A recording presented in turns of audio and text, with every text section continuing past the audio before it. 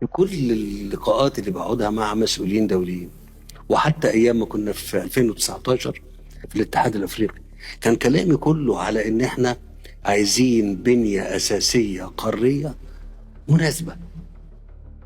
ما قلتش بنية اساسية قارية متطورة، قلت مناسبة.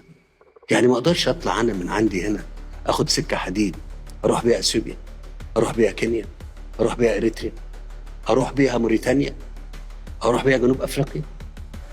طب ما كل الدول اللي هتبقى على خط السكة الحديد دي مثلا هتستفيد من هذا الخط في نقل تجارتها ونقل والتنسيق والتعاون بينها وبين الدول اللي موجوده. انا كنت بقول كده لو كان حد من حضراتكم حضر معايا في مؤتمرات برلين ومؤتمرات مع الصين ومؤتمرات مع روسيا، كان كلامنا كله على ان احنا عايزين.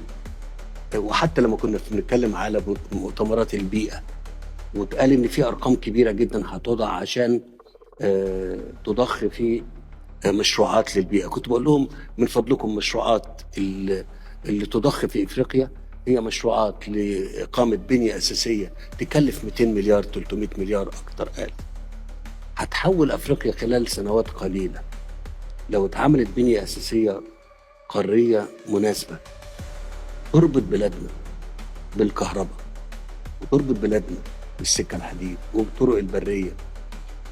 هيحصل تنميه غير طبيعيه يمكن تكون مش مخططه اصلا، وتخلي مواردنا اللي موجوده في تشاد وان انا مش قادر اشوفها، اللي موجوده في كينيا ومش قادر ان انا اجيبها الا عن طريق مسارات اخرى، مواني او مواني بريه او بحريه او حتى بالطيران.